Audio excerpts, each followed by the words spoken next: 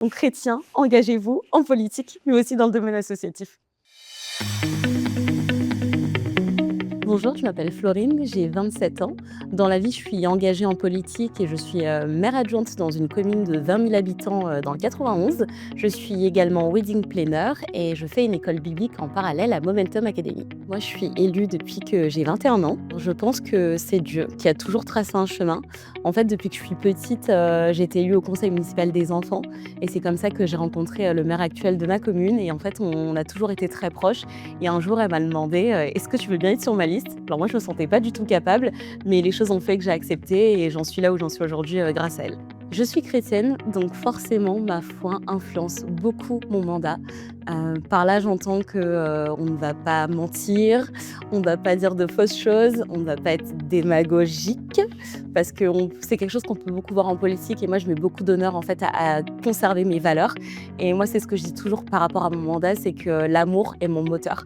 Tout ce que je le fais par amour et j'essaye au maximum, c'est pas tous les jours facile, mais de ressembler à Christ dans tout ce que je fais. Dans ma bio sur Twitter, j'ai mis en phrase la politique est faite pour améliorer votre quotidien. C'est quelque chose qui m'est venu à l'esprit parce qu'on a l'impression que les politiques sont là que pour avoir du pouvoir. Mais moi, je pense que être en politique, c'est le pouvoir de changer les choses. Il n'y a rien de plus simple que de se dire qu'on est là pour améliorer le quotidien des gens. On n'est pas là pour avoir des positions, on n'est pas là pour se mettre en avant, mais on est là juste pour améliorer le quotidien des gens. D'ailleurs, c'est quelque chose qui est d'autant plus vrai quand on est au niveau local parce qu'on est vraiment très proche des gens, on les croise au quotidien.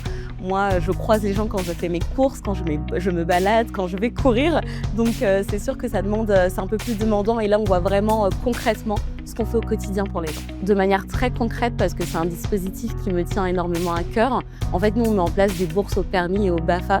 Et concrètement, c'est une aide financière qu'on donne aux jeunes contre quelques heures travaillées pour la mairie.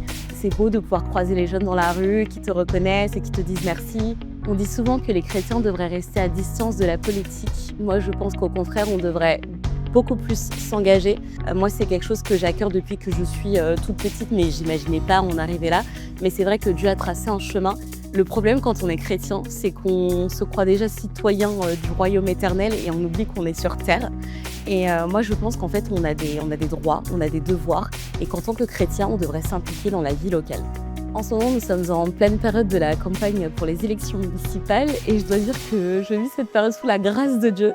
C'est très très très intense en termes de mobilisation, de charge de travail et il faut continuer à jongler avec son boulot au quotidien, avec le mandat actuel parce que la délégation ne s'arrête pas et on doit continuer à travailler. Donc je dirais que merci Seigneur, il me donne la force de pouvoir vivre cette période. Mais c'est très très intense.